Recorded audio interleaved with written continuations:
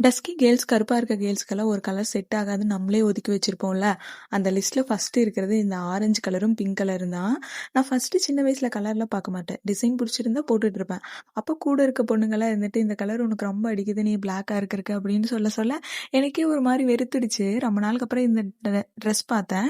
Design ரொம்பவே பிடிச்சிருந்ததுனால எடுத்துற பரவாயில்ல போட்டு பார்ப்போம் அப்படின்னு. இன்னைக்கு நான் போட்டு பார்த்தது ரொம்பவே சாட்டிஸ்ஃபை ஆயிட்டேன். உண்மையாவே நல்லா தான் இருந்தது. உங்களுக்கு பிடிச்சிருந்தது அப்படின்னா மறக்காம கமெண்ட்ல சொல்லுங்க. இன்னைக்கு காலையில எந்திரிச்சு பழனி போறது தான் பிளானு. ஸோ அதுக்காக 6 மணிக்கெல்லாம் வீட்டிலேருந்து கிளம்பி காலையில போயிட்டோம். அங்க போனா காவடி ஆட்டோலாம் ஆடிட்டு இருந்தாங்க. சூப்பராவே இருந்தது. நிறைய எனர்ஜெட்டிக்காவே ஆடுறாங்க. ஆனா நான் என்னாலலாம் படியே ஏற முடியல. இவங்க எப்படிதான் இதெல்லாம் தூக்கிட்டு போறாங்கன்னு தெரியல. முதல்லலாம் எங்ககிட்ட கார் இல்ல. பஸ்ல வந்து அப்புறம் இந்த குதிரை வண்டியில தான் வருவோம். இது வந்து எனக்கு எங்க அம்மாவுக்கு ரொம்ப பிடிக்கும். ரொம்ப நேரம் இங்கேயே நின்று பார்த்துட்டு இருந்தோம். ஸோ மார்னிங் பிரேக்ஃபாஸ்ட்டுக்கு பொங்கல் சாப்பிட்டுட்டு மலை ஏற ஸ்டார்ட் பண்ணிட்டோம்.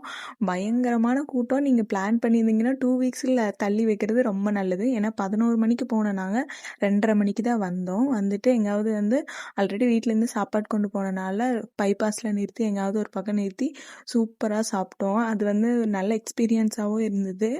சாப்பிட்டுட்டு அப்படியே வீட்டுக்கு கிளம்பிட்டோம். என்னோட நாள் இப்படி தான் போச்சு. மறக்காம நீங்க ஃபாலோ பண்ணலன்னா ஃபாலோ பண்ணிக்கோங்க.